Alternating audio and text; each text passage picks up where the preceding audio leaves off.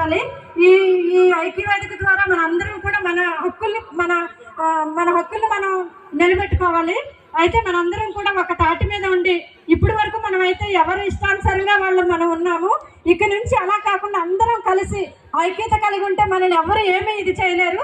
కాబట్టి ఇక నుంచి మన అందరం కూడా ఒక ఐక్యత కలిగి సమాధానంతో అందరం ఉండి మన హక్కులు మనం నిలబెట్టుకుందాం, మన హక్కులు మనం పోరాడుకుందాం.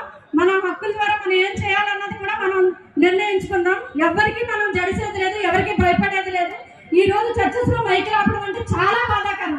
ఎందుకంటే మనం చేసుకునేది వారానికి ఒకసారి ప్రేయర్ చేసుకుంటాం, అలాంటిది మైక్ రాసుకుని చేసుకోవడం అంటే అది చాలా బాధగా ఉంది.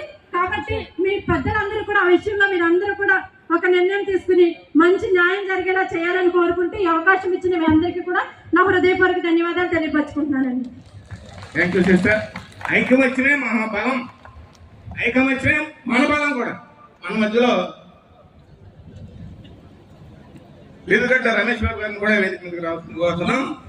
అలాగే దుండి అశోక్ బాబు గారు కూడా, దుండి అశోక్ బాబు గారు మరి ఏలేటి నియోజకవర్గం వివాహపట్నం రాష్ట్ర అధ్యక్షులు జరిగింది.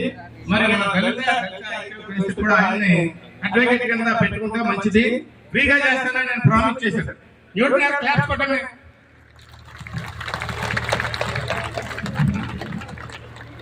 సరే లేదు, తాళూరు మధు గారు వచ్చి రిషాలో మాట్లాడవలసింది కోరుతున్నాం.